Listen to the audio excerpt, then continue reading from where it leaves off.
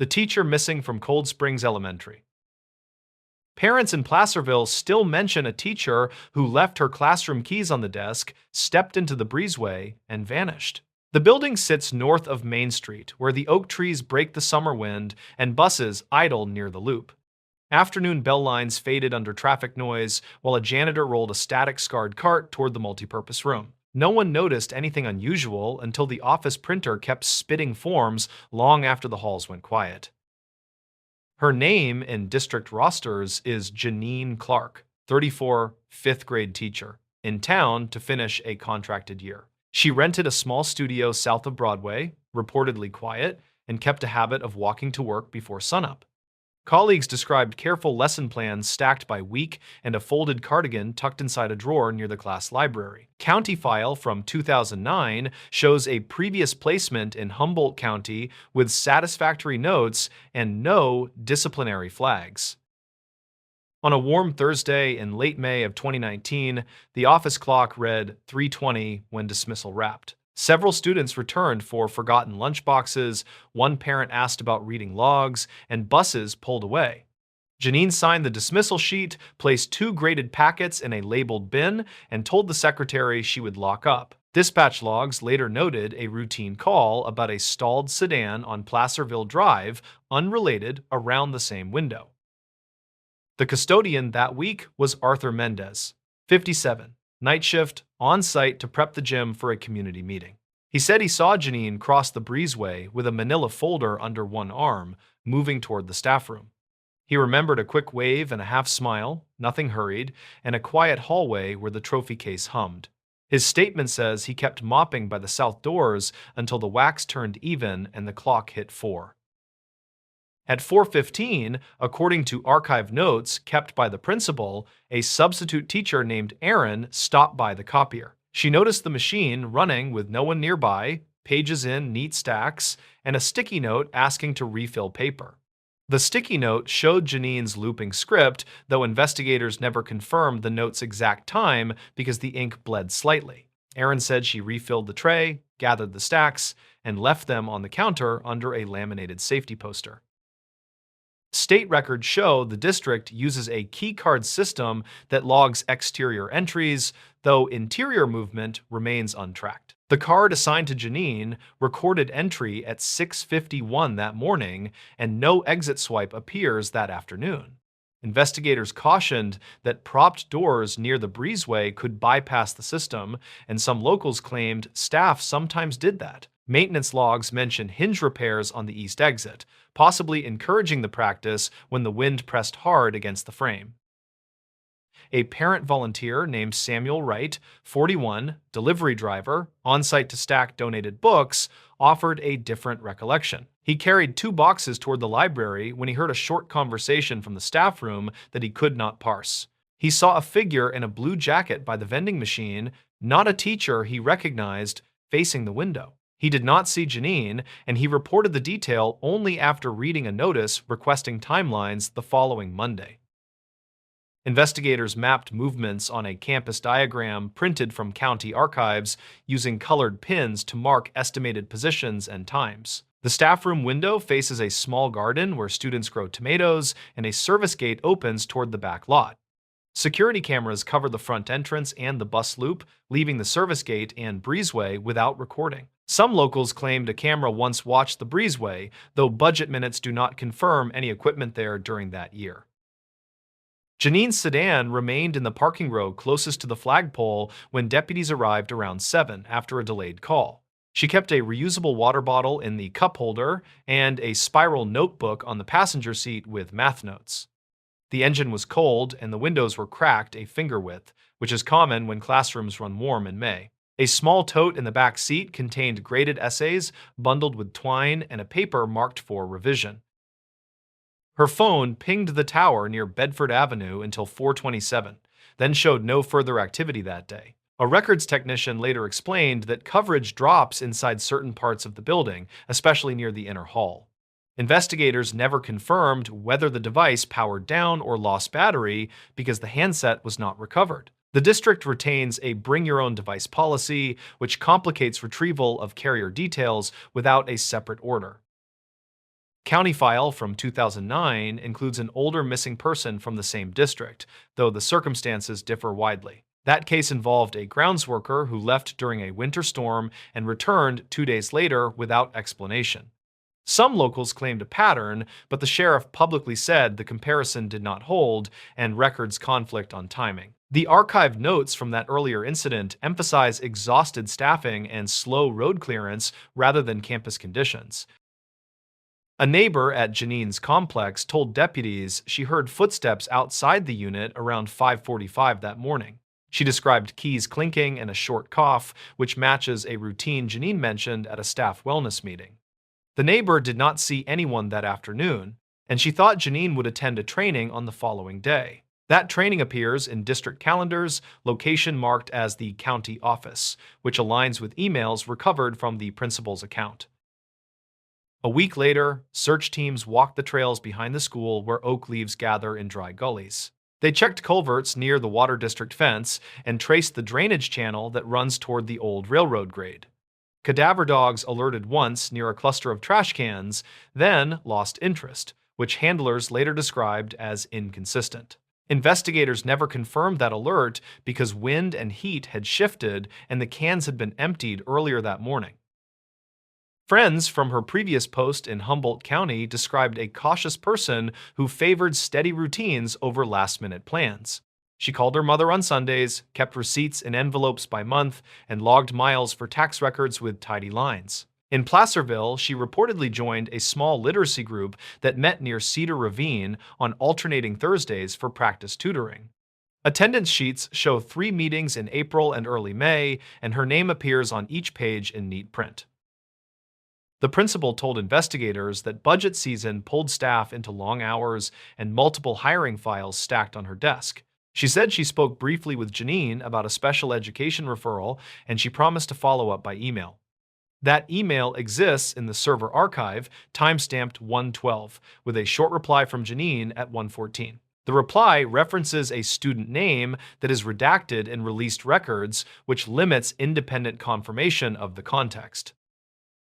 Several community members recalled seeing a white pickup near the service gate at approximately 4, parked crooked with no emblem. A grounds crew worker said the truck belonged to a vendor who repaired drinking fountains, though the schedule lists no visit.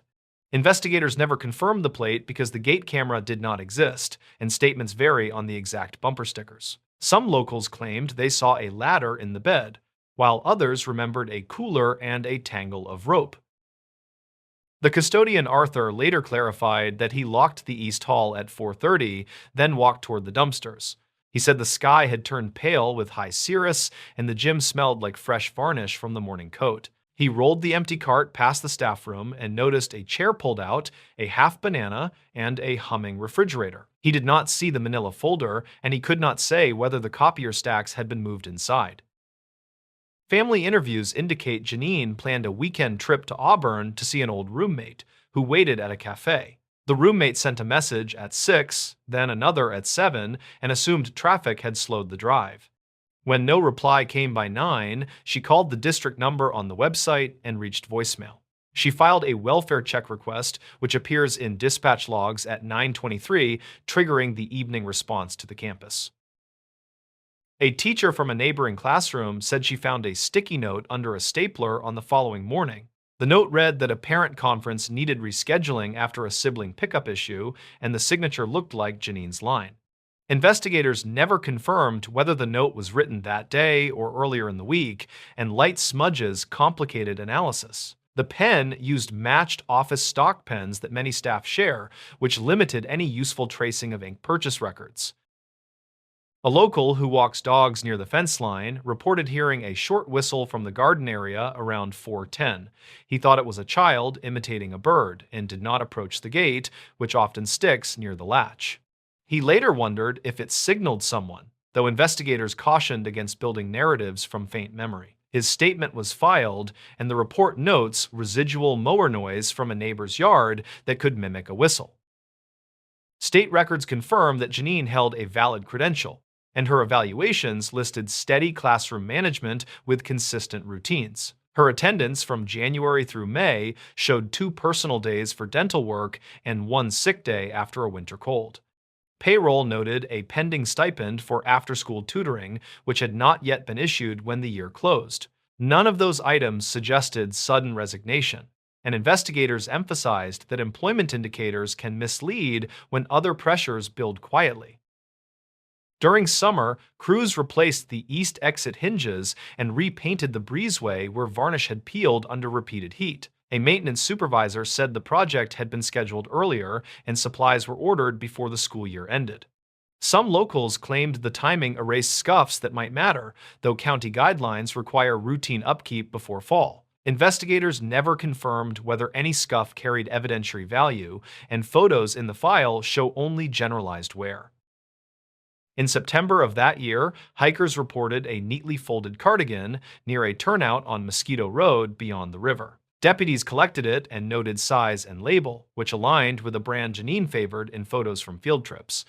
The cardigan carried no traceable tag to the store, and rain had passed, which softened any residue on the fabric. The lab report listed indeterminate results, and records conflict on whether the color matched one seen in her classroom drawer.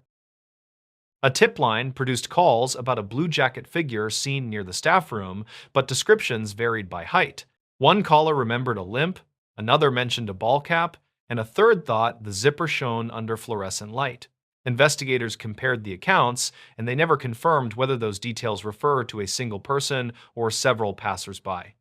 The vending machine vendor list showed restock on Tuesday, not Thursday, which complicates assumptions about who lingered in that corner.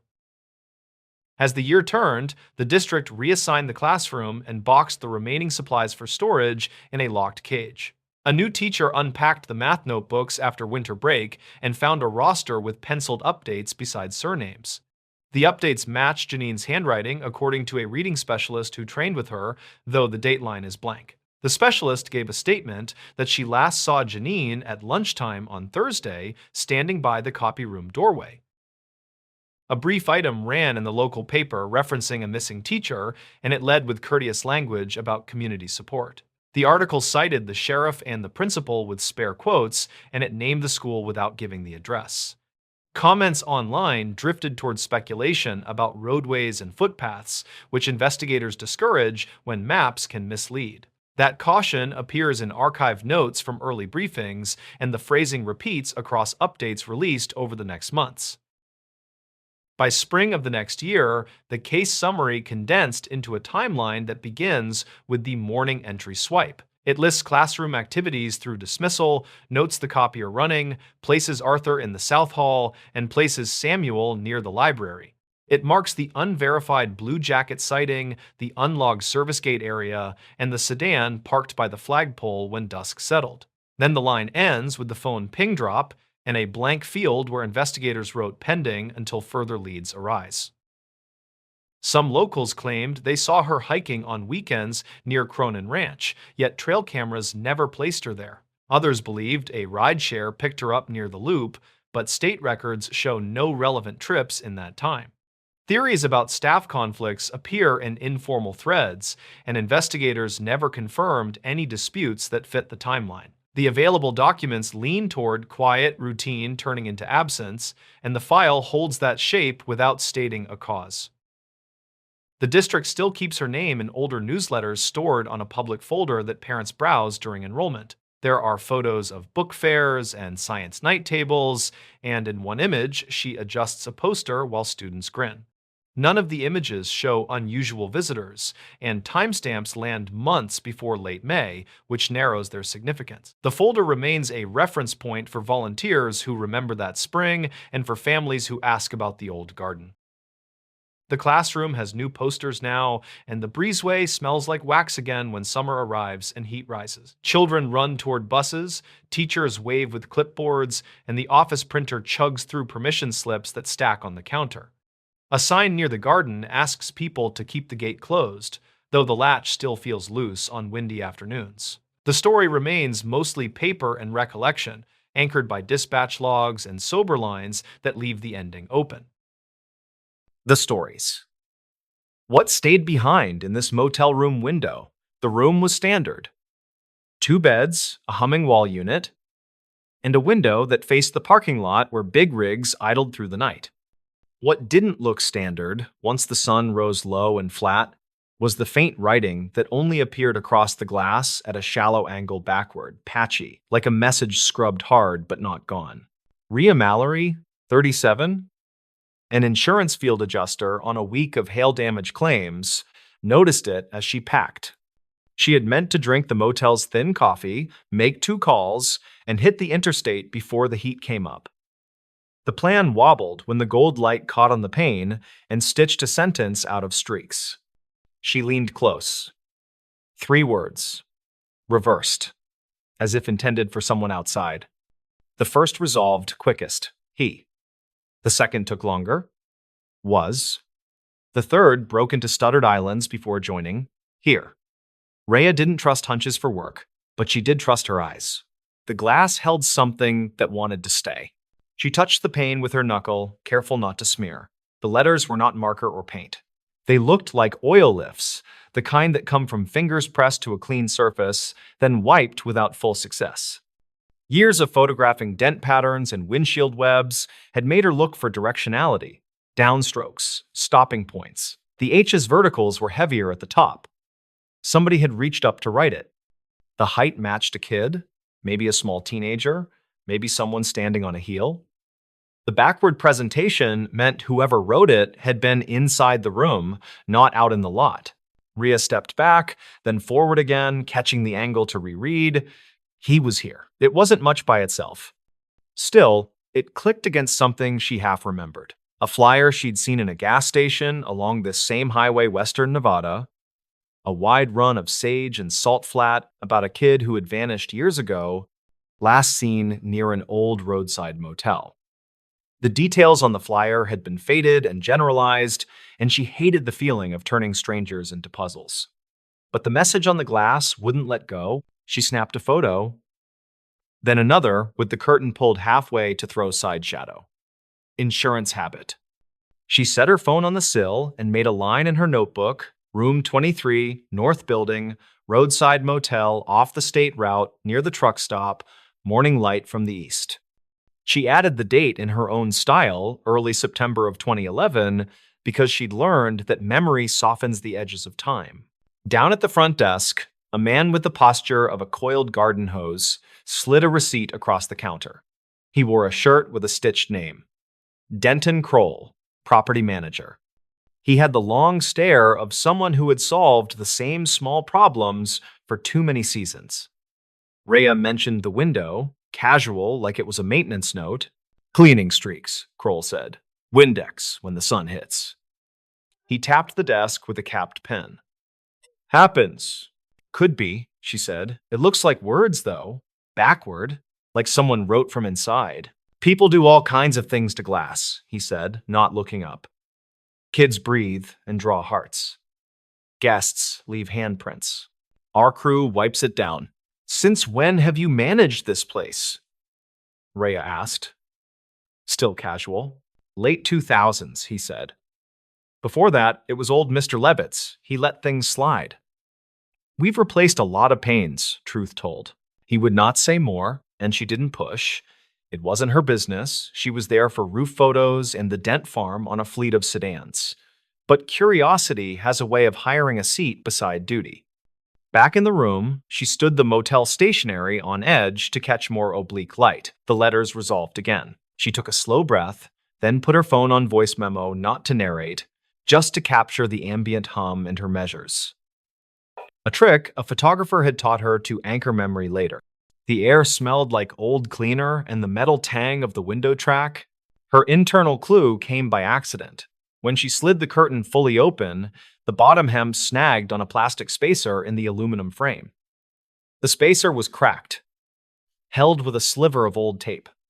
The tape wore a different sheen than the rest of the frame. Brittle amber with torn fibers pressed into it. On top of that tape, ground into the glue, lay a tiny fleck of blue wax, the kind cheap crayons leave. Someone had taped something in place, maybe a page, maybe a label long enough for wax to settle. It matched the backward writing. If a sign had ever been stuck there, it would read correctly to the room. She wrapped the little tape shard in the motel stationery, not as evidence she wasn't law enforcement, but because it felt wrong to leave it to a vacuum head. She took macro shots of the frame, the spacer, the wax fleck, and the area of glass where the words showed best. Then she checked out, turned in her key card, and drove to the first claim 2 towns over. She told herself it would end there. It didn't. At lunch in a diner with counter stools and a corkboard of lost puppies and church suppers, she asked the waitress if the motel had any stories. The waitress, thin braid, name tag reading, Paloma rolled her eyes. Depends on your appetite, Paloma said. Folks, stop, sleep, leave. Years back, a trooper sat there with coffee for a week straight. Didn't say why, just watched the door. Remember when? Rhea asked. Late 90s? Maybe early 2000s? Paloma said. Time fuzzes. He had a name like Otero, or something like that. People said a kid was missing. No one talked specifics. Rhea looked at her phone photos again in the car. He was here. She tried to leave it alone. That night, at another motel 2 counties away, she gave in and called the number on a public information page she found for the State Highway Patrol. A desk officer forwarded her to a sergeant who handled cold inquiries. She left a measured voicemail, using evidence terms that felt correct to her station. I'm calling about a motel window in Western Nevada. Room 23, North Building. There's old oil-lifted writing that reads, he was here when viewed at an oblique angle. There's also tape residue with blue crayon wax embedded in a spacer on the frame. I'm not asserting anything, just saw it, photographed it, and thought it might matter if there were any archived calls tied to that property. A day later, a woman called back, voice steady, words spare. She introduced herself as Sergeant Mara Vickery. Rhea put her on speaker and laid out exactly what she'd seen in order. Vickery didn't indulge or discourage. She asked for the photos and the exact position of the room relative to the parking lot. She also asked about the condition of the glass scratches, chips, or a logo in the corner that would indicate the manufacturer and tempering date. Rhea checked. The corner carried a faint etched mark. She had to tilt it hard to read. She wrote it down. Vickery hummed. The way someone does when a thing aligns with a file in memory. Here's what we have, reportedly, Vickery said. In late spring of 1999, a teenage boy traveling with extended family was reported missing along that corridor. Last confirmed sighting was a convenience store, 2 exits from your motel. Dispatch logs note a search and a hotel canvas. Witness statements varied. No sign. The case is cold, not active. We do not discuss names. Her tone made a boundary plain without being harsh. I'm not asking for any names, Rhea said. I can send you everything. One more thing. There's a crack in the plastic spacer on the frame that's been taped over for a long time. The tape is ambered. There's blue crayon wax ground into it that felt like it was from inside, not outside. Copy that, Vickery said. Send what you have. Rhea sent the photos with a short note. She expected silence. Instead, Vickery called again the next afternoon. The mark you read on the glass etching is interesting, the sergeant said.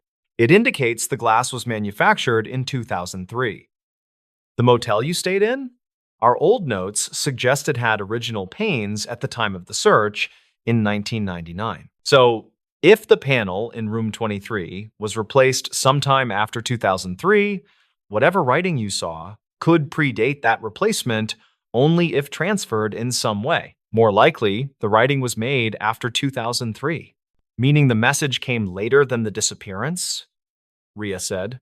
Most likely, Vickery said. This isn't a TV turn. It doesn't solve anything. But it revises assumptions about timeline and occupancy. It suggests someone connected, or someone who wanted us to think they were connected, came back to that room after 2003. We would need maintenance records to know exactly when the glass went in. It made sense, and it did not hand her any drama. It did offer direction. Rhea drove back after her last claim and asked for Kroll again. She didn't pretend she had authority. She did not hint at leverage. She simply showed the macro photo of the etching and the cracked spacer and asked if he had any records on window replacements. Kroll rubbed his jaw as if checking for new bones. We replaced a batch after a wind event, he said. Glass was whistling. I'll look. He returned with a gray file folder crusted with post-its. Inside sat stapled invoices with dates in the margins.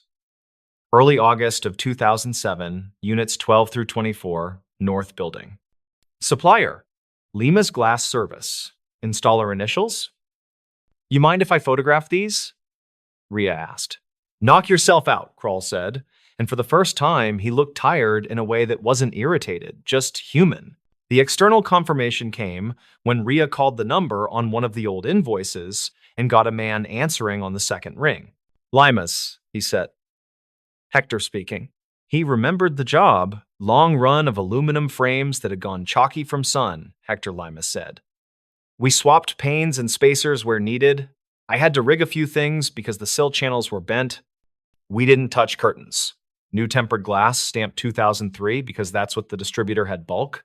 Do you remember room 23? Rhea asked, knowing the question was broad and that memory is a wide net. Vaguely, he said. I remember one where the inside of the glass looked fingerprinted even after cleaning. We assumed someone had handled the pane before it cured. The housekeeper complained the smears came back in certain light. We used ammonia. It didn't fully lift. That's not unusual. Oils can ghost. Did you ever see writing in the oil? She asked. Could've, he replied. I don't read windows for stories. We replaced what was cracked. You're talking ghosts. They happen. If you think it's more, tell the troopers. She had already done that. She thanked him and wrote his comments down exactly, adding reportedly and remembered vaguely, because precision and humility can keep a story honest. Over the next week, Rhea kept doing her real job, hail dents, roof lines, signature blocks, while she let the window gather its own weight. The sergeant called one more time to say they had pulled the motel's old work orders. The pane in room 23 had been replaced in early August of 2007, matching the invoice. Maintenance logs around that month showed a housekeeping note. Writing keeps showing on 23 window. Tried vinegar. Still shows in morning. That note was funneled through a retired dispatcher named Sella Winters, who had saved a cardboard banker's box of old shift printouts, the way certain people keep the world from slipping because they know it tries. A quiet logic emerged. The boy missing from 1999 and there was never a name spoken could not have written he was here on a piece of glass installed 8 years later, unless he returned. That didn't guarantee that he had. The message could have been a relational echo, a cousin, a friend, someone marking grief. But the tape shard and the wax fleck told another piece. The blue wax had come from a cheap crayon, likely pressed while paper was taped inside the frame. That suggested a small person sitting there, drawing, or someone steadied a page while trying to line up letters against the glass. The residue was on the inside spacer, not outside. That meant a moment happened in the room, not on the lot. Vickery asked a small favor that Rhea could do without crossing lines. Return to the room and try to lift a better photograph with crosslight. Rhea booked herself back into the motel on her own dime at the tail end of a loop. She requested 23 and got it after a shrug from Kroll. She came prepared with nothing fancy, just a black foam board to bounce light and a cheap angled flashlight from a hardware store. When the first edge of sun moved off the far hills, the letters bloomed again. She fixed the angle with books and the foam board, then took a series at different exposures. In 2 of them, a smudge sat low and right. Below the third word, barely a mark unless you expected it. It looked like a short curve with 2 dots and a drag. Rhea stared until she understood what shape it wanted to be. A crude smiley face, the kind drawn in 3 seconds by distracted hands. In the room notebook, decades old, Sella Winters had jotted a dispatch aside in 1999 that mentioned the kid's habit of drawing quick smiley faces in margins when nervous, according to a teacher's comment taken by phone. That was not proof. It was a soft echo between 2 separate things. Still, the echo categorized itself as relevant. When Rhea sent the new images, Vickery didn't tell her it solved anything. She said, this tightens the inference that whoever made the marks had knowledge of the kid's habits or was the kid. It also keeps the time frame post-2003. At this point, the facts that remained were simple. A pane installed in early August of 2007 kept showing lifted writing when morning light hit right. Housekeeping noticed. The content read, "He was here," and, in some readings, a simple face below. Tape residue and a crayon fleck lived on the interior spacer. Maintenance logs matched the install. A glazier remembered ghosted oils. Dispatch logs from 1999 contained an aside about a kid's doodles. None of that made a clean line to cause. It did what good detail does. It removed a few wrong lines. The twist, quiet but firm, landed 2 months later. Not for Ria's benefit, and not with fanfare. Vickery called to let her know that, in reviewing archived calls surrounding the motel, a short anonymous tip from late summer of 2007 had been found. The caller, whose voice was masked by the crush of a payphone, had said only, "Check the north building, second floor, room by the ice machine. Mornings show messages." The number had been a dead end then. The note sat in the file without connection because no one had compared it to the install logs. Now they matched. The pane had just been replaced. The message, then, could not be a relic from before the disappearance. It was a marker laid down later, possibly by someone who had returned to a familiar place to say something without saying much at all. Rhea asked the only question she could. "Does this help?" "It helps me not waste time on a wrong year," Vickery said. "Sometimes that's the whole gain." And that was it. No chase, no doors kicked. Instead, a timeline corrected by what stayed behind in a motel room window. Rhea didn't tell the story to anyone who would make it into a campfire shock. She kept the tape shard in a small envelope with the word motel and the date in her hand, even though she knew it had no chain of custody value. It wasn't evidence for court, it was gravity for memory. On her last pass through that stretch of highway before winter, she pulled into the truck stop at dusk and watched the north building of the motel throw its square lights into the lot.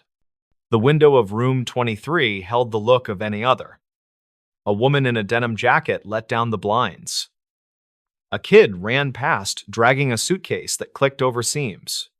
None of them knew what the glass had whispered. That felt right. A real story refuses to belong to whoever tells it the loudest. Rhea stood there until the sodium lamps came up and turned everything the same, tired amber. The hum of diesel engines filled the air, the kind of sound that flattens thought. She thought, briefly, of the words someone had pressed there with damp fingers and of the faint, silly face below. Not testimony, not confession, just a note at the exact height of a small person trying to leave proof of a breath. The truth in it was not the grand kind. It was the modest, late kind, the kind that lets people who do this work say, later, with care, that a thing likely happened in a different month than everyone thought, and that a pane of glass, replaced in early August of 2007, had kept those mornings honest for years. She drove away without looking back, because looking back is for when there's nothing left to file. The motel settled into the dark, the window settled into shadow, and whatever stayed behind stayed there, just oil, just light, just enough. The woman who disappeared near Carver's Gap.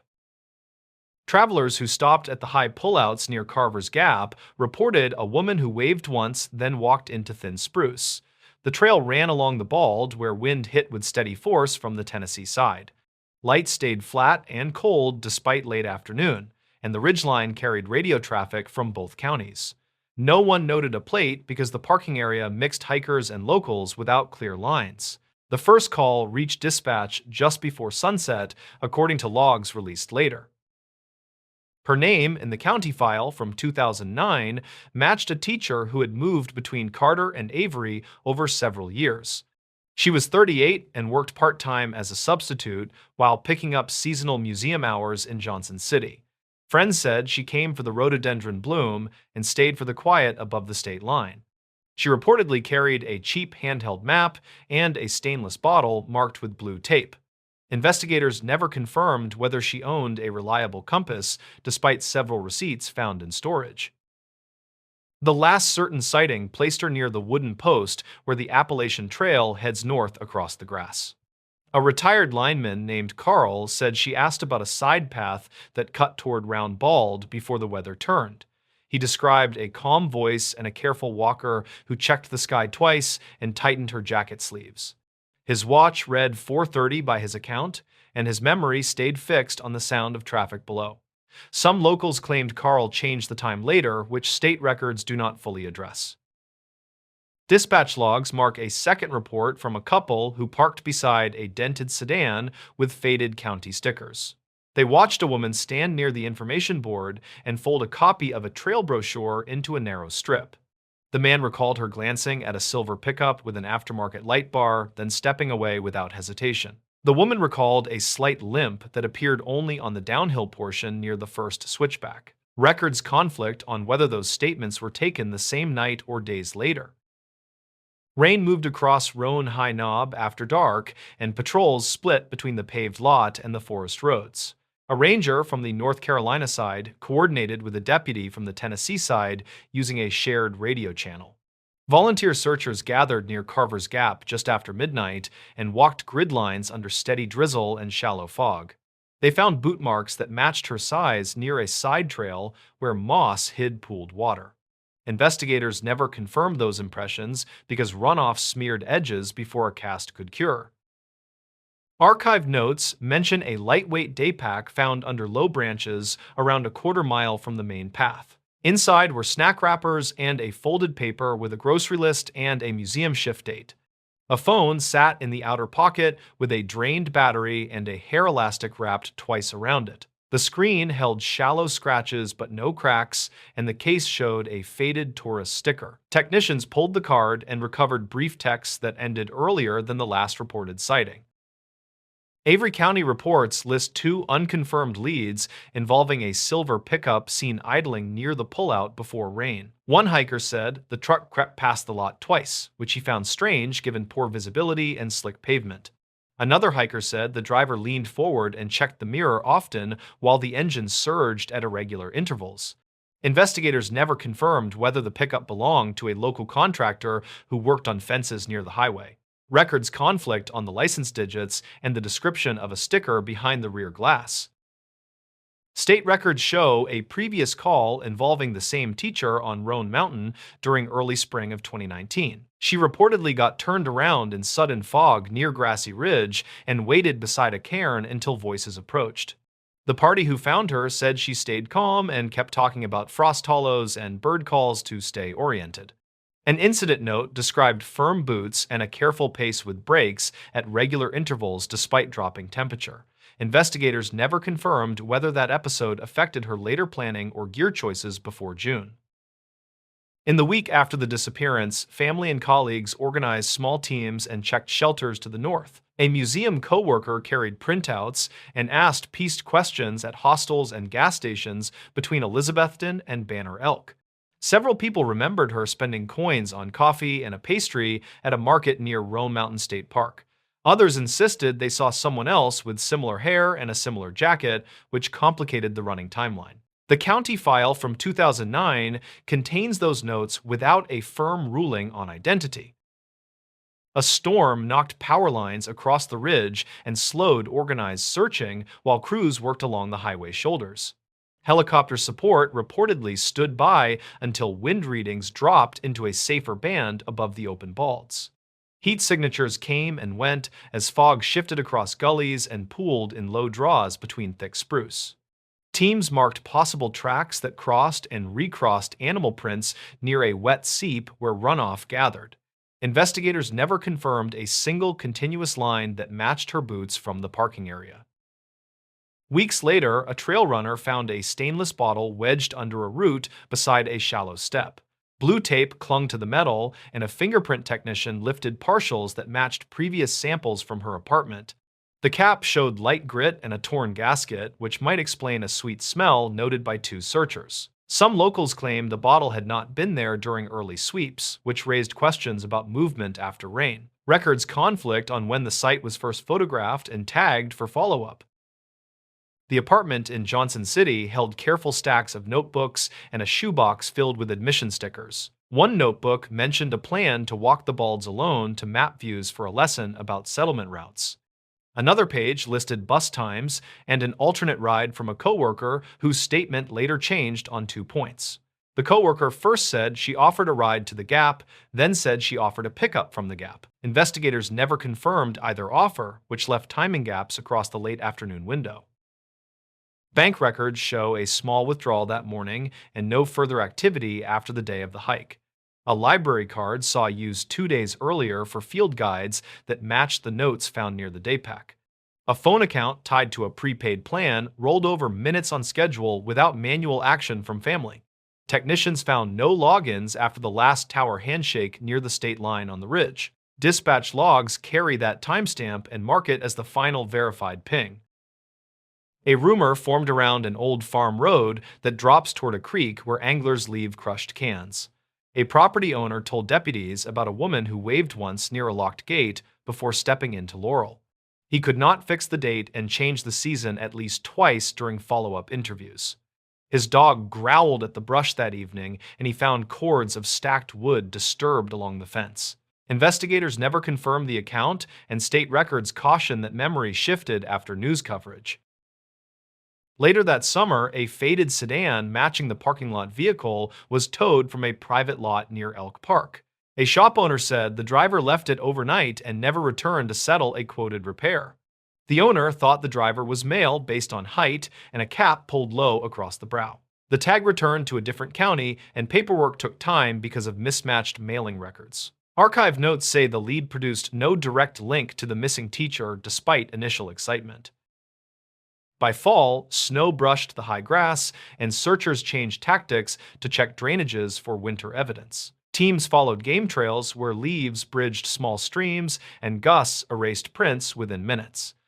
A jacket scrap turned up near a low snag, but color comparisons did not match clothing in photographs. A volunteer insisted the fabric felt similar to a liner she wore during spring trips on the same ridge. Investigators never confirmed the match, and records conflict on whether the sample was cataloged correctly.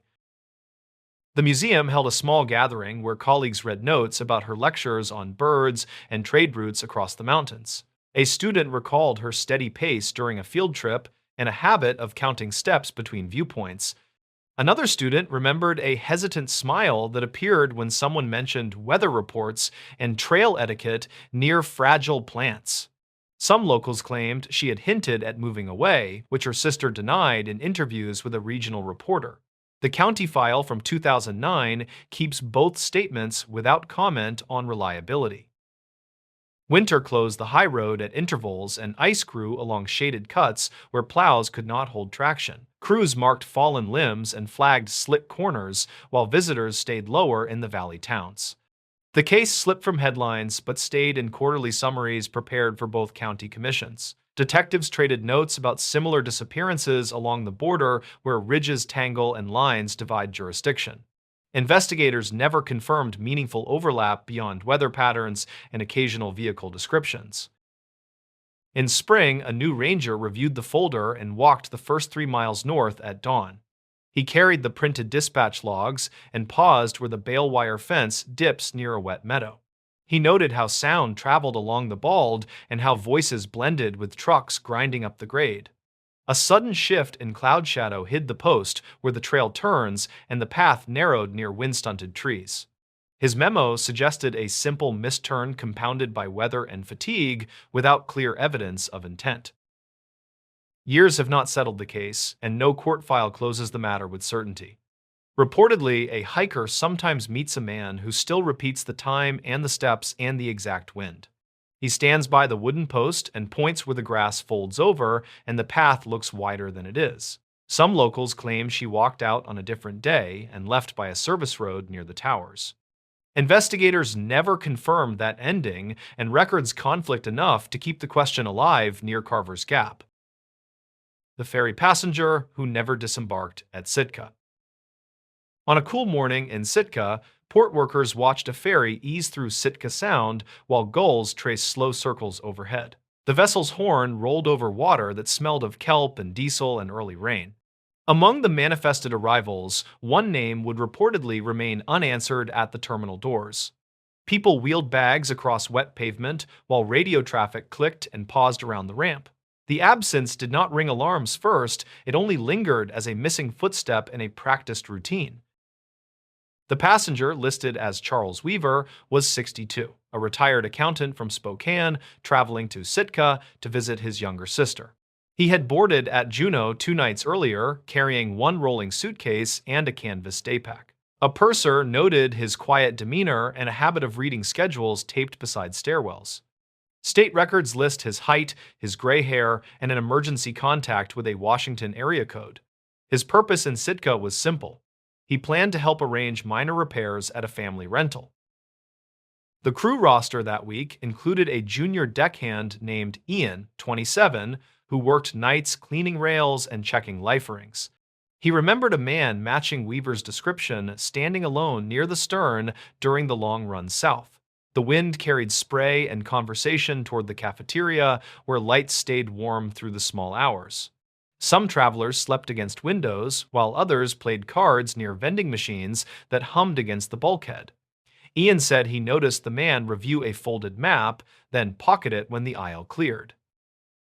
Dispatch logs from the terminal record the arrival time at dawn, with light rain sweeping across Baranof Island. The ramp grounded against the apron, and trucks rolled off while several pedestrians gathered under a metal awning. A clerk scanned barcodes as passengers filed past a yellow line where a guard checked random bags. The logs show a brief power flicker in the terminal hall, then a reset that lasted under 1 minute. No incident codes were assigned, and operations resumed without delay or comment. Weaver's sister reached the terminal late after a stalled school zone detour near Sawmill Creek Road.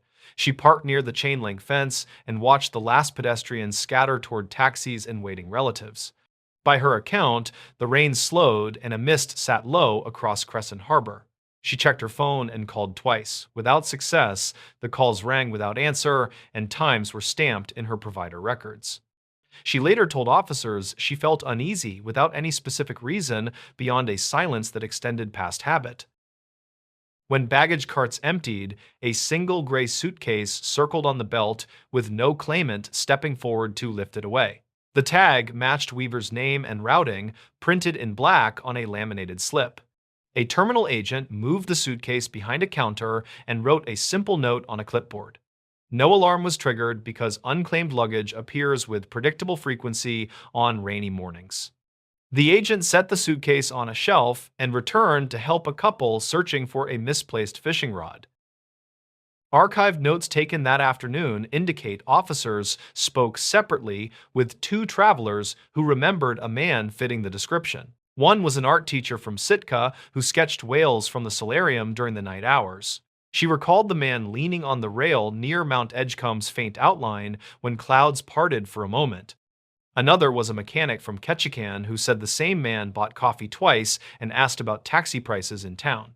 Investigators never confirmed the timing with receipts, and no surveillance covered the solarium benches. The county file from 2009 in a separate missing traveler case shows a similar pattern of unclaimed baggage and unclear disembarkation. That earlier file included a ferry manifest, a terminal sweep, and door checks against wind gusts that sometimes move latches. It also noted how passengers occasionally exit through service doors when following crew in reflective jackets. In that instance, the traveler was located later at a motel near a cannery road after walking away in heavy rain. Investigators compared the patterns, yet the Sitka details failed to line up cleanly. Ferry officers reviewed internal access logs for closed stairwells that connect vehicle decks and passenger spaces. They found no anomalies, only routine entries by maintenance staff checking bilge alarms and a cleaner replacing paper towels. A camera near the cafeteria recorded partial views of faces during meal hours but missed the corridor leading to the aft lounge. Reviewers watched the files twice and logged timestamps at 5-minute intervals to mark movement clusters. Some locals claimed an extra gap appeared near the end of the recording, yet technicians reported no dropped frames. At midweek, state records show officers walked the shoreline on both sides of the terminal looking for disturbed kelp lines. The tide had fallen quickly after the ferry's docking, leaving slick rocks and sand flecked with broken shells. They checked ladders, pilings, and fenders for fibers or scuffs that might indicate contact with clothing or bags. A harbor patrol boat swept the inner channel while rain stiffened from the south and visibility narrowed along the hills. Nothing turned up beyond a hat band caught on a cleat that belonged to someone else. Weaver's phone connected briefly to a tower outside town at a time that conflicted with the expected walk-off window. Analysts plotted pings against ferry timetables and decided the reading could reflect device drift under poor weather. A later attempt to triangulate from neighboring towers gave no additional certainty for the immediate period following docking. The device never registered a data session in Sitka proper, and voicemail remained unchanged for several days. The phone was eventually found powered down inside the gray suitcase held behind the terminal counter. When officers opened the suitcase with the sisters' consent, they found clothing folded tightly and a small bottle of vitamins. There was also a spiral notebook with mileage notes and simple arithmetic tracking gas costs for earlier segments of travel. A handwritten list named tasks in Sitka, including a visit to a plumbing supplier and a stop at a family storage unit. Nothing suggested immediate plans beyond errands that fit a short visit. The day pack remained missing, and no one recalled seeing it after the ship's cafeteria closed for the night. A taxi dispatcher reportedly checked logs and found no record of a pickup under Weaver's name during the docking hour. Drivers sometimes accept cash riders who wave at the curb, which complicates documentation on wet mornings when lines are short. One driver remembered a man stepping toward the curb, then turning away while fastening his jacket. The driver could not establish the face, and weather limited the view through the windshield that kept fogging despite the fan. The report noted the uncertainty without assigning weight, and the lead stayed open. Some locals claimed the man left the ship early through a service door when the deckhands repositioned chocks around wheel wells. Crew statements conflicted on door status because procedures allow short openings during shifts and quick closures afterward. A safety officer said those doors close against air pressure that resists casual pushes from the outside. He added that wind can trick hinges and create sounds that resemble latches when traffic moves on the ramp. Investigators never confirmed external access during that window, and the theory remained a line in the file. Searchers walked the footpath toward Totem Park, checking benches and thickets where travelers sometimes paused to adjust bags. Rain lifted briefly, and a weak sun set bands of silver across Sitka Sound, while ravens scolded from cedar branches. A groundskeeper reported no new camps or discarded bottles that would suggest a hasty stop. Officers spoke with staff at a nearby cafe who said the morning trade moved quickly with fishermen and hospital employees. No one recalled a man drip-drying near the heater or holding a map with ferry schedules. The sister called relatives in Washington and asked about any change of plans that might redirect the visit. None were reported, and bank activity remained consistent with a careful traveler who used small cash purchases along the route. A credit card charge at Juneau showed a ferry cafeteria meal during a schedule break between legs. There were no Sitka charges and no attempts at withdrawals from machines that dripped onto the pavement near the lot. The pattern suggested momentum toward Sitka, then a full stop without financial movement afterward. Investigators checked hospitals and clinics for admissions matching Weaver's age and description during the week after arrival. No patient aligned with his file, and air ambulance logs listed unrelated cases tied to remote villages and fishing accidents. The harbormaster distributed a brief notice to smaller docks asking attendants to report unattended bags. A trooper walked through a gear shop and asked about any customer who seemed lost or wet beyond the usual rain. Staff could not connect the details to a specific person, and the inquiry ended without a lead. A month later, a hiker on a trail above the Indian River claimed to see a jacket sleeve tangled near a root. Officers climbed the slope and found a torn piece of nylon that had weathered through 2 storm cycles. Fabric comparators could not match the weave to Weaver's clothing because the suitcase sample lacked similar material. The location strained the timeline given the docking hour and the limited paths out of the terminal. The note entered the file under unverified observation and did not change the working summary. When analysts wrote their concluding memo, they listed elements that aligned with a simple failure to disembark through the usual doors. They paired those with elements that resisted such a reading, including the phone found later with no tower contact in Sitka. They added a paragraph on ferry architecture and how movement patterns complicate any reconstruction when cameras leave gaps between spaces. A final section summarized the sister's persistent calls and her quiet visits to the shoreline in the weeks following. The memo ended with language indicating records conflict and that the absence remains without a confirmed path. Years later, the terminal agent remembered the morning every time an unclaimed bag circled the belt after a rainy docking.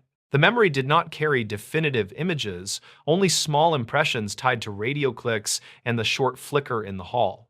State records continued to list Weaver as missing, with a note that he was last associated with a scheduled ferry arrival. The file stayed active in annual audits and drew brief attention whenever travelers asked about old cases related to the route. Nothing further emerged, and the routine at the dock moved on with gulls in diesel and rain. The snowplow incident on Dalton Highway. In early winter of 2019, a road crew based near Coldfoot reported a missing operator after an overnight maintenance run north. Drivers said the weather thinned for an hour near Otagon Pass, then returned with sharp spindrift across the grade. The report reached a small dispatch room where radio traffic had stayed busy with chain controls and stalled rigs. The first message named a man who left mile marker notes, then failed to clear his scheduled checkpoint on the north slope. The operator was Mark Reyes, 44, a contract plow driver from Fairbanks assigned to the Slope District for the season. He ran a late shift that began after dusk with fuel topped and a spare V-belt strapped under the seat. His purpose was straightforward since the company had a fixed route that required timed passes across exposed sections. Witnesses remembered his voice on the radio sounding even, with short replies that kept to mile numbers and cold readings. Dispatch logs from that night list a start north of Coldfoot at 1900 hours, with guidance to hold before Otagon if winds rose.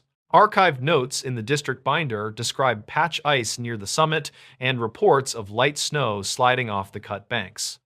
A tanker convoy reportedly waited near Dietrich River since heavy gusts had pushed 2 tractor-trailers into the berm earlier. The shift sheet shows Dana Willis, 39, a dispatcher based in Fairbanks, who stayed on the channel while supervisors rotated.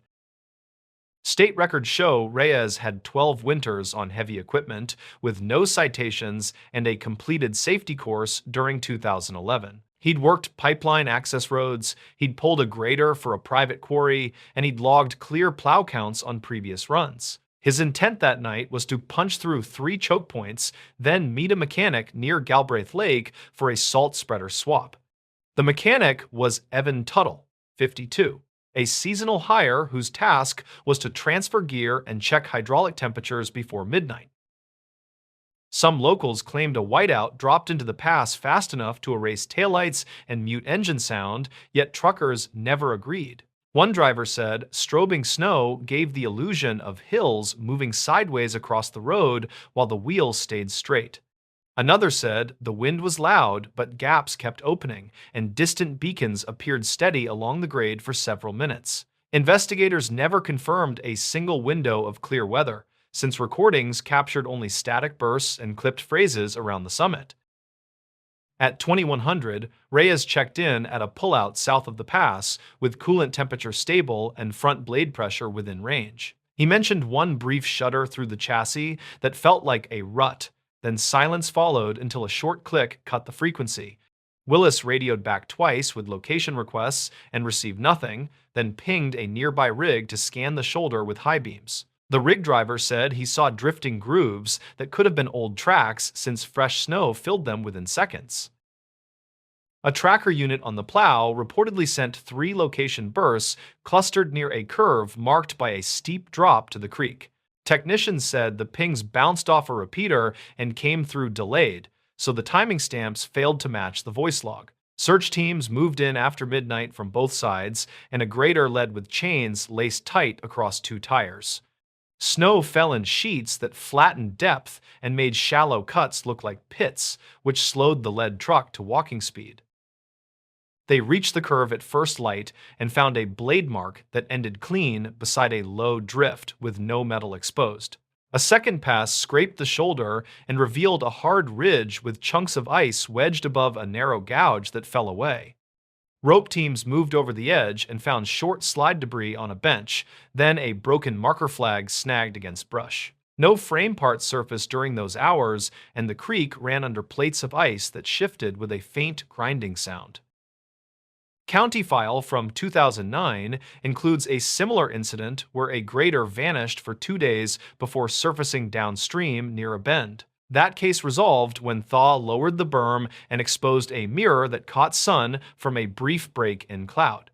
The comparison circulated among crew members who kept working the shoulder, yet the terrain here was different with steeper runoff cuts. Records conflict on how quickly the water can rise under drifted ice after strong wind, and the team deferred to the field lead. By late morning, a fuel tender from Deadhorse reached the site and set up heaters near a staging point above the drop. Tuttle arrived from the north with tools and asked for the last radio phrase, then checked the hydraulic lines of a parked plow. He noted a tendency for the quick couplers to chatter during crosswind, which could sound like harsh rattle over the cab floor. Mechanics later wrote that cab noise might mask a failing sensor, since cold snap could trigger alarms that barely breached the static. Aerial support from a contractor circled the pass after wind eased, and the observer described a faint brown scar cutting the slope. The scar blended with ripples left by earlier slides, and a few dark smudges along the line looked like willows pressed flat. Photographs show no bright paint or reflective decal, though one frame catches a straight groove pointing toward a tight creek bend. Investigators never confirmed those features as relevant, since snow squalls smeared edges between frames and made distances hard to judge. Afternoon brought a partial clearing that revealed a fan of ice shards downstream, and a thin sheen of coolant floated in a pool. Samples were jarred for testing, and the chain crew shifted downhill with bars to pry plates loose where the creek narrowed. A snapped radio whip surfaced near a root ball and looked fresh, but the base had no distinct paint and the mount was missing. Some locals claimed scavengers grabbed parts fast after wind events, although crews said nothing moves under that much drifted ice. Willis compiled a timeline that night using dispatch logs and audio clips, then flagged minutes where Reyes last sounded clear and calm. She included notes on tanker releases and 2 reports about a stopped reefer whose engine coughs overlapped the plow check-in.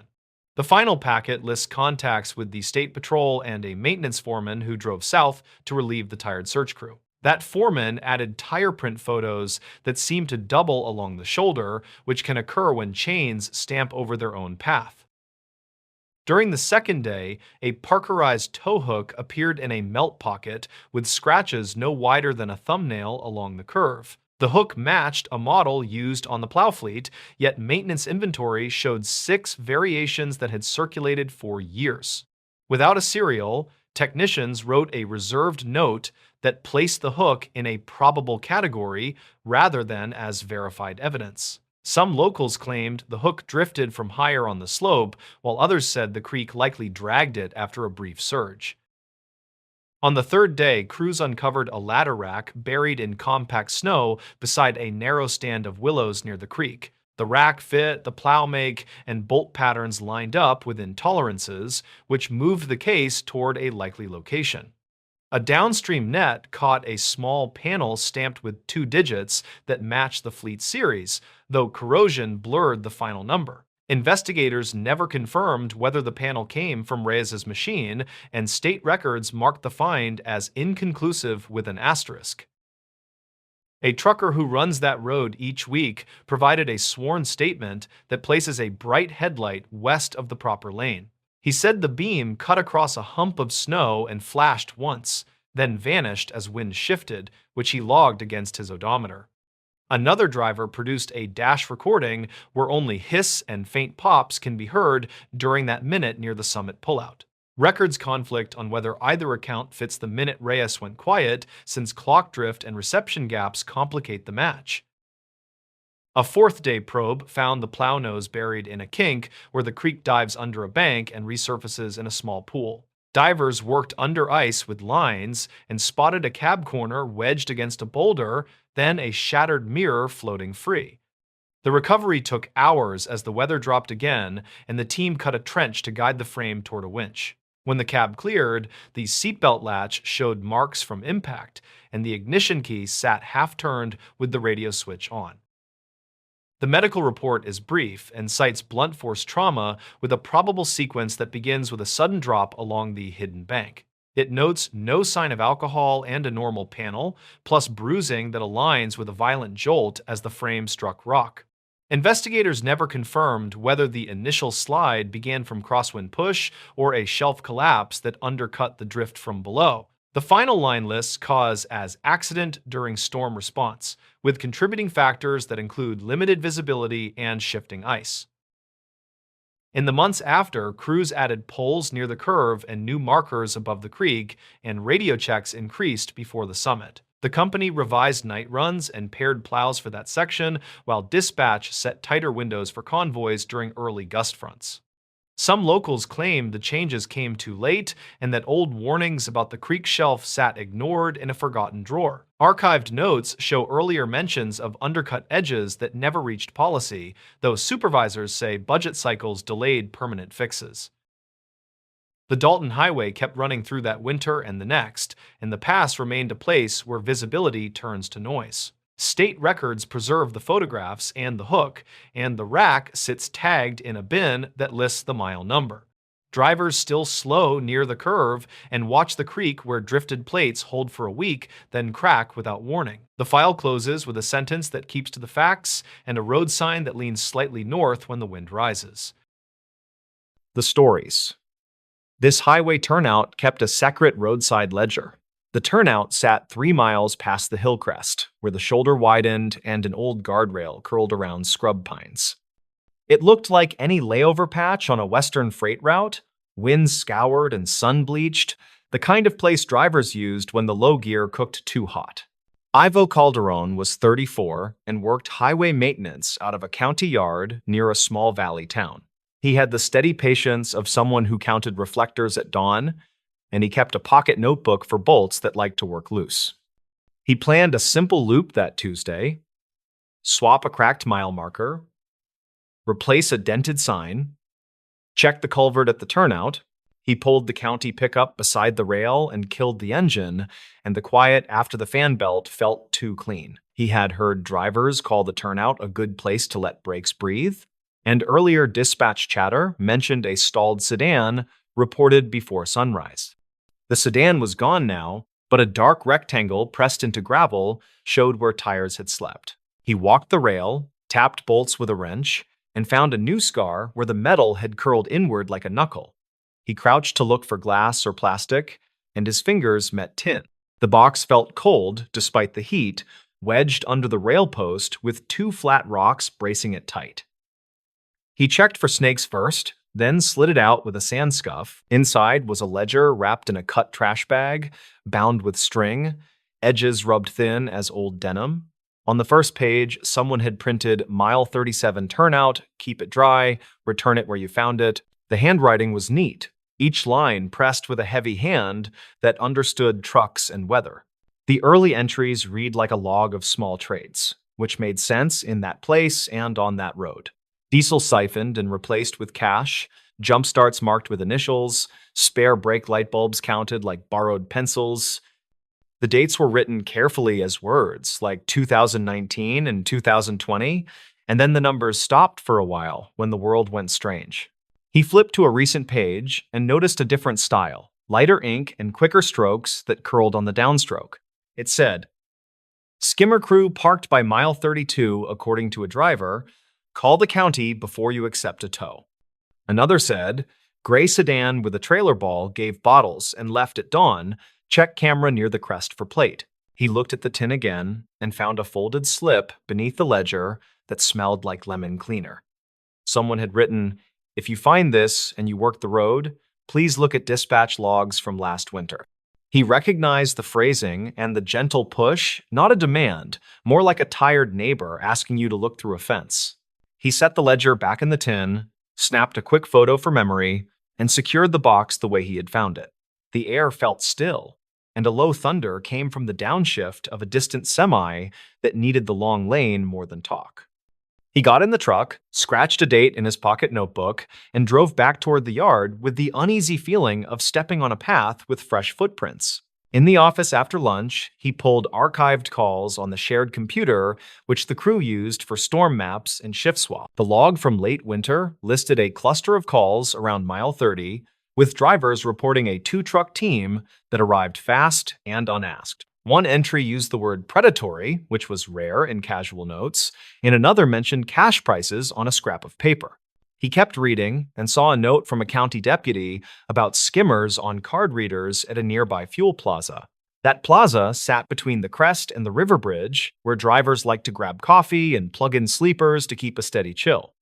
He printed the page, then printed the call clusters, and wrote the turnout mile in the margins because he trusted his own ink. The next morning, he returned to the route early, with a thermos and a camera that clipped to the dash like a square eye. He planned to change a reflector near the crest and let the camera watch the turnout. Nothing secret, just habit dressed as curiosity. The road held a thin fog that looked like breath on glass, and the pines below the rail felt damp enough to keep a secret. He parked, waited a few minutes, and watched a box truck pull in slow with brakes sighing like someone settling into a couch. A woman climbed out, mid-40s, hair tied back, shoulders set like someone who carried more than straps and ratchets. She checked her wheels, knocked her lugs with a bar, then walked to the guardrail with a mason jar wrapped in a towel. She crouched where the tin lived, did not look around, and worked like a person who practiced in silence and noticed the small things. She took the ledger out, slid in the folded towel, wrote 3 lines, then added a smaller page clipped by a binder clip that made a sharp click. He felt guilty watching and looked down to pretend his coffee needed attention, which it did not, but pretend worked anyway. He waited until she left, then pretended to check the culvert again, this time with a small shovel that made the roll feel official. He eased the tin out, opened the ledger to the fresh page, and read a tidy note that felt like a breadcrumb. It said, "Tow crew again, near mile 32 last night. Reportedly told a young driver they worked with the county." Another line said, "I am leaving 4 bottles of coolant and a bag of rags for anyone stuck with a pinhole." He wrote a line himself, kept to the ledger tone, and made sure the ink did not bleed through on the thin paper. He wrote, "County maintenance checked the turnout, no affiliation with tow crews, call dispatch if pressured."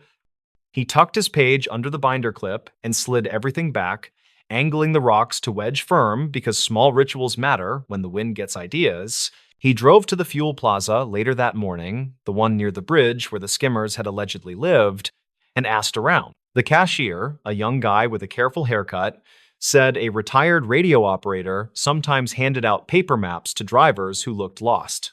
Reportedly, he kept notes on who needed help and who pushed scams, and he liked the old ways more than the new screens. The cashier said, "You want Arlene, not me," and pointed at the small sandwich counter where a woman was sorting bread with clean hands. Arlene had the posture of someone who had stood for decades without complaint, and her eyes moved fast like she listened with more than ears. She listened to Ivo explain his job and his curiosity, then nodded once like a shop teacher hearing a decent plan. She said, "There is a book, but we do not write full names because we do not want fights here." She said, "Some truckers leave notes about who helped, and sometimes they warn about boys who show up too fast with chains." She added, "A retired dispatcher named Theo started it after 2014 when the corner got tricky, and people forgot how to flag without yelling. Ivo asked if anyone had brought up mile 32 in the last month, and she looked past him like she was reading a chalkboard on a far wall. She said, a kid in a small coupe said 2 trucks boxed him at night and tried to sell a winch like a miracle. She said the kid left when another driver pulled behind him with hazards blinking, which often makes a different kind of math happen. He thanked her and bought a sandwich he had not planned to buy, then sat in his truck and wrote lines in his pocket notebook. He marked the phrases retired dispatcher, ledger, tow scam, and noted that older hands tend to leave cleaner trails than noisy crews. He waited for his coffee to cool, then called the deputy listed on the winter logs and left a message saying he was checking a few things near the crest. The deputy called back that afternoon, voice calm, words clipped like someone who learned to talk over traffic noise. The deputy said there had been several reports of quick tow teams and a few complaints about skimmers, but nothing firm enough for a charge. He added that a neighbor near the climb heard engines idling around midnight often, and his dog growled the way dogs do when a rhythm is wrong. Ivo returned to the turnout at dusk with a reflective vest and a flashlight because nothing good happens when you pretend the dark is friendly. He checked the tin and found another page, this one printed with careful block letters like a patient teacher. It said, "If you need to know, check the gate camera on the service road above the crest and ask for last January." He knew the service road, a narrow cut that served a radio tower, and a wind monitor the county refused to replace. The gate had an old camera that fed a shared system, which logged plates and headlights more than faces and worked better than anyone expected. He sent a request through the county portal and asked for January footage from late-night hours, and the reply came with a link and a warning about file size. He watched the clips after dinner on the break room monitor because the screen at home had a cracked corner he never fixed. In one clip, the turnout sat dark and empty until a pair of flatbeds eased in like wolves that knew the fence lines. Minutes later, a small hatchback rolled to a stop, hazard lights pulsing a tired heartbeat, and the flatbeds moved as if pulled by the same string. He watched the first driver step out and talk with quick hands, then watched the second driver circle the hatchback like it had a scent. A third vehicle pulled in and stopped behind the hatchback, a high sleeper with long antenna wires and an American flag sticker on the lower door. The hatchback backed away slow, then faster, and left the turnout with the sleeper following, which made the flatbeds idle in place. Next, he watched late January. And this clip hurt because the rain made everything shine like a wet stage where actors forgot their lines. A refrigerated trailer pulled in with smoke from one wheel, a soft gray that looked almost polite until it thickened at the edges. Within minutes, two figures worked the hub, one with a small extinguisher, one holding a flashlight, steady and calm, even as the smoke turned rude. The next page of the ledger joined the footage in his mind and made something click that felt like a seatbelt slipping into place. The page listed a night where a driver named Ash met a retired radio man who carried a milk crate of fuses and flagged traffic by feel. It said Ash made it to the next exit and left a case of water behind the rail as thanks, and the radio man refused cash with a stubborn grin. He started to suspect the ledger was not only a list of favors or warnings, but a quiet schedule for kindness that traveled under the grid. The binder clips held more than paper, they held little runs of trust, and a handful of people had decided the turnout would be a tiny town square. He still had to connect the tow crews to something more firm, or at least line up a clean path between names and nights. He reviewed the January footage again, then compared timestamps against dispatch logs, and found a gap where a call had been recorded but then labeled incomplete. The call preview mentioned a shaky voice saying 2 trucks had blocked a lane near mile 32, and another voice saying help was already on the way. The logs showed no county units listed, and the note ended with line dropped, likely lost signal. He printed the clip stills and wrote notes by hand, careful to keep letters large and unhurried because speed ruined more ink than rain. He visited the plaza again and asked Arlene if she knew a retired radio man named Theo, which made her mouth twitch like a bad joke arrived late. She said Theo still came in on Thursdays to trade old surplus radios for stories he liked better than the radios themselves. On Thursday, she waved Ivo to a small table near the window where a thin man sat with a canvas cap and a careful breath. Theo looked at the stills without touching them and asked easy questions about wind direction and how long the trucks had stayed put. He read the ledger note photocopy and raised one eyebrow at the refund line where someone had scratched out an unkind word. Theo said, "That book started when we lost a pullout after a washout in 2014 and needed somewhere to map goodwill." He said, "We kept names light on purpose. No addresses, no hero stories, just notes that kept people honest enough to look in the mirror." He added, "I have reported the crews twice with plates, but the plates led to a rental maze that likes to erase footprints." Ivo asked if Theo would mind adding a line that county maintenance knew the ledger existed, and Theo nodded once like a metronome. He wrote in a tight script, County eyes know this book and prefer its honesty, no affiliation with any tow company. He slid the pen back with 2 fingers, then told a quick story about a snow chain locker that used to freeze shut and how a hammer can respect stubborn metal without breaking it. The next week, Evo placed a small metal cabinet behind the rail, painted brown like the dirt, no markings, no lock, just a storm latch. Inside, he put rags, coolant, a cheap inflator, and a folded card that said, "Call dispatch and wait if anyone pressures you about towing." The ledger went into the cabinet with its tin, and a note asked writers to close the latch because the wind enjoyed rude jokes. Words spread in the slow way good habits move when they do not ask for attention or applause. Drivers left cleaner notes with times and directions that avoided names, and one traveler wrote a careful line about a black dog that lay near the rail at night to watch tires pass like planets. A deputy added, quietly and without badge number, that a new camera watched the mile 32 shoulder from an angle the crews did not expect. In early summer, a box truck driver named Kelda wrote about a man who flagged her down and pointed to a soft tire, then asked for cash. She wrote, "I offered water and a phone call, and he left without names," and a second car watched from the shadow near the sign. 2 days later, someone wrote, "Gray sedan again, park lights off, backed away when 2 vehicles pulled in together. Report filed at the substation." The plaza cashier taped a simple note near the register that said, "Tow authorization is free by county phone. Ask before you pay anyone." The retired radio man drew a small map to the turnout for a college kid hauling a couch and told him to rest his brakes in the shade because patience kept families alive. The kid returned a week later and left a bag of chips and a soft drink in the cabinet with a note that said, "Thanks for the air." Evo felt the road change by inches, the way a river shifts after a downed tree moves just enough to stop a hidden whirl. He still checked bolts and reflectors, he still swept glass after fender kisses, he still logged storms the way farmers count clouds. He also read the ledger when the latch stuck, and he understood that small tools, shared quietly, can be stronger than loud plants. In late summer, a line appeared in a new hand, careful and slow, as if the writer wanted the words to stand up straight. It said, "2 trucks tried a price on a young couple in a silver van near mile 32 last night. Another driver blocked and called." It ended, deputies arrived, reportedly took reports, crews left before plates could be confirmed, camera angle improved view. Ivo printed that line for the deputy and handed over the catalyst chain he had assembled, which was not a case file, just a path. The deputy said thanks without a smile, and later called to say a larger investigation had opened that spanned beyond their stretch of quiet hills. He did not ask for the ledger, and he did not tell Ivo to stop watching.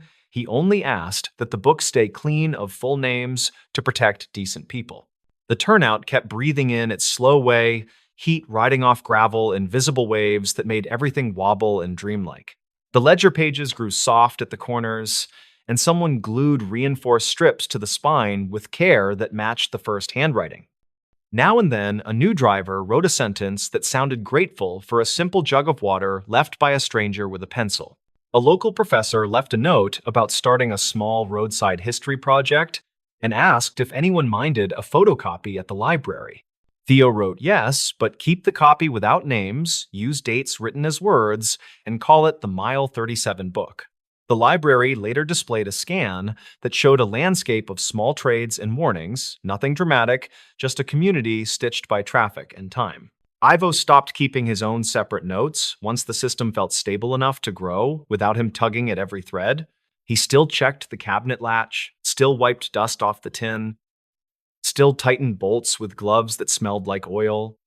And Sunday, he understood the ledger worked because it was specific but humble, and because no one wanted ownership beyond a steady line and clear daylight. When the wind came down from the ridge and the pines whispered like a big crowd that agreed on the same joke, the turnout looked ordinary. It still hid a storage of rags and coolant. It still held a book with entries written in hands that learned patience from asphalt. It still sat 3 miles past the crest, where trucks let their brakes breathe, and people learned to slow down enough to see one another. He remembered the first time he had levered the tin from the dust, felt the weight of words that did not need a speech. He thought about the winter calls, the quick hands at the hub, the quiet driver who blocked a box and made the math different. He thought about how a secret can be a responsibility more than a thrill, and how some secrets work best when shared carefully and left mostly unremarked. Arlene kept handing out maps and sandwiches, the cashier kept teasing drivers about their sweet tooth, and Theo kept trading radios for stories he liked better. The deputy kept watching Mile 32 from an angle that made crews uncomfortable, and the plaza lights kept throwing a honey glow across damp pavement after late rain. The road kept moving people who carried every kind of trouble and hope inside their glove boxes and on their dashboards. The ledger held a few blank pages that looked like future mornings and late nights, and the latch kept closing with a soft click. Travelers kept adding lines that sounded like a handshake, and the turnout kept holding small proof that strangers can decide to be neighbors. The book did not stop every scheme, but it hurt the margins enough that different plans made more sense than the old fast money ones. Ivo still checked the culvert after storms, still measured sediment against last season, still logged a snake sighting when a thicket rattled like loose change. He knew the ledger would change hands again eventually, not because he wanted it, but because the road decides and the people follow. He trained a new hire to watch for bolts that work loose and told him that some fixes start with a pencil and a jar. If anyone asked why the turnout mattered, he would point to the cabinet and the scrub pines and the clean lines of the rail. He would say that a book of simple favors became a ledger of safety, and that safety looked ordinary until you added up the lines. He would not mention names, and he would not tell a single hero story, because none of it needed that kind of shine. The highway kept its stubborn rhythm, and the ledger kept its quiet balance, and both felt honest in a way that made sense. The secret was not really a secret anymore, not to the people who needed it and respected what it asked. It asked for neat lines, shared tools, clear times, and the courage to arrive with hazards on and no need for applause.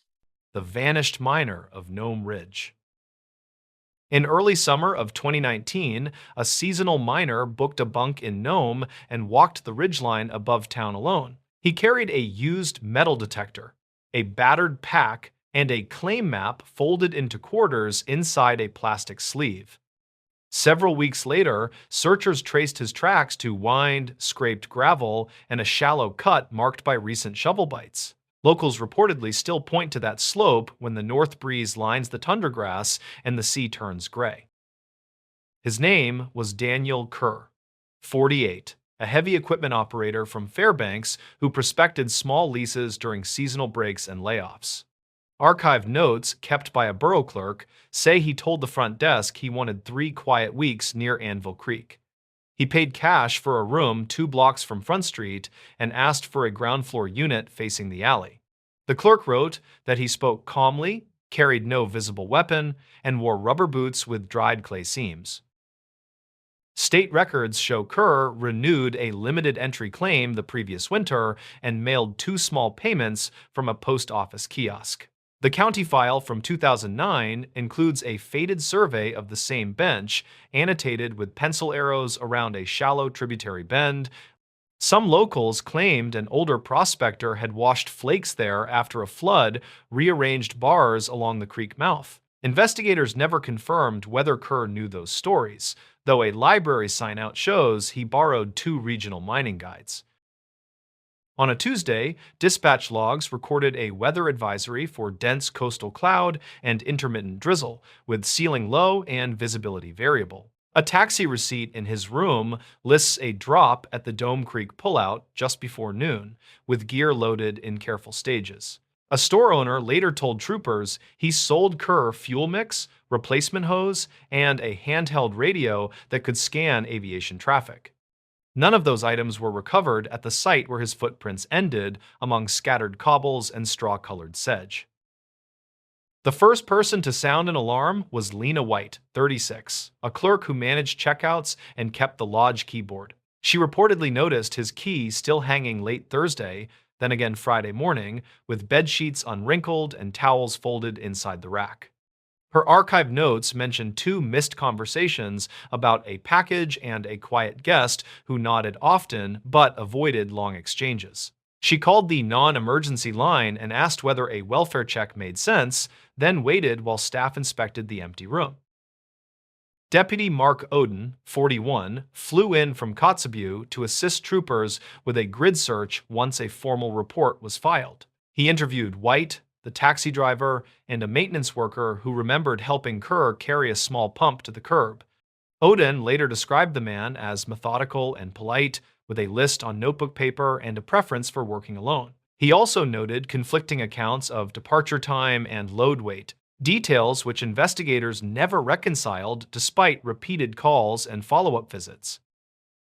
A team walked the ridge north of town and found shovel marks, a cleared path through dwarf willow, and boot prints with broad, shallow tread. The prints crossed a frost scar, skirted a hollow with pooled meltwater, and paused near a rust-stained boulder shaped like a wedge. A torn glove finger lay beside small pebbles sorted into a checkered sample tray, arranged as if awaiting a short return. Beyond that point, the ground turned hard, mixed with stones polished by freeze and thaw, and the pattern thinned into scuffs. Searchers followed a faint line downslope where wind had planed the surface smooth and left only darker grit between sparse lichens. A wide arc of boot marks then reappeared beside a patched tarp weighted with rocks, with cup rings and a foil packet lying nearby. Troopers collected the items and photographed a shallow trench with damp sides that suggested recent work before weather closed again. Investigators never confirmed whether the trench held any payable material, since it had partly slumped and pooled under the light rain. Reports from that week document 3 helicopter passes and 2 dog teams that worked in widening circles along gullies cut by melt streams. One handler mentioned scented trace near an abandoned culvert where snow lingered beneath brush despite warm air and steady coastal light. Another handler disagreed and wrote that the dogs were reacting to old human routes left by hikers and berry pickers in previous seasons. Records conflict over how long the team stayed in the highest zone, since fog reportedly rolled over the ridge each afternoon. Back in town, Oden checked cameras along Front Street and a service station where Kerr had bought coffee and fuel in a plastic can. Footage shows him scanning a folded map, speaking briefly with a fisherman, and noting something on a receipt before stepping into the parking lot. The fisherman later recalled a curious question about river levels and an interest in outflow timing when coastal winds pushed against freshwater. Investigators never confirmed whether that conversation influenced Kerr's route choice, though the creek mouth was not part of the official grid. A second search concentrated on drainage cuts south of the ridge where meltwater gathered in shallow slots that deepened toward muskeg and scattered pools. Volunteer notes describe thin ice inside shaded pockets, boot sinking to ankle depth, and a rhythmic clink from stones shifting underfoot. One volunteer reportedly found a strip of duct tape with a partial thumbprint that matched nothing in available files. Another found a snack wrapper that matched lodge vending stock, though state records say the batch code was common in several towns. As days passed, a working theory formed that Kerr may have backtracked unseen and taken a lower traverse when fog reduced visibility. That idea fit with the arc-shaped prints and the trench location, as if he wanted to reach his tarp without climbing again. It did not explain the missing pump, the radio, or the hose, which should have been bulky enough to impede movement. Investigators never confirmed whether a second cache existed farther down the slope, despite repeated sweeps and systematic probing of shallow depressions. A guide who knew the hill said a snow machine trail sometimes hardened into a deceptive ribbon that drew walkers toward an older cut. Some locals claimed that cut ended abruptly at a short headwall where loose gravel slid under light steps and carried people sideways. The guide's statement appears in archived notes, along with a sketch of the headwall and an arrow pointing toward a low bench. Records conflict on whether that bench was searched with poles or only scanned from above while fog drifted through the notch. Dispatch logs capture a week of calls from relatives and coworkers who described Kerr as steady, frugal, and rarely prone to risk. A union steward from Fairbanks said he never drank on shift and disliked crowds, preferring quiet cabins where he could read old manuals. A former foreman reportedly remembered a habit of marking bolts with lacquer to track vibration and a pocket notebook filled with measurements. None of those details offered a clear reason for a wrong step, a sudden detour, or a decision to leave equipment behind. During a final sweep, searchers found a shallow imprint shaped like a knee beside a tangle of willow pulled up by the roots. A few inches away, a smear of damp soil crossed a rock face and ended in grains pressed into a pattern like fabric. Photographs show no blood and no obvious shoe print, only disturbed grit and a thread that matched the torn glove finger. Investigators never confirmed whether the marks indicated a stumble, since wind picked up overnight and sanded the surface into a uniform crust. In late summer, the case file grew thin as weather improved and seasonal crews rotated home, leaving notes and maps in labeled folders. A short memorandum proposes that Kerr intended to sample at 3 points along a side channel where the creek bent around a low rise. Another memorandum argues he likely aimed for the mouth to watch conditions during a falling tide that could concentrate heavier grains near cobble bars.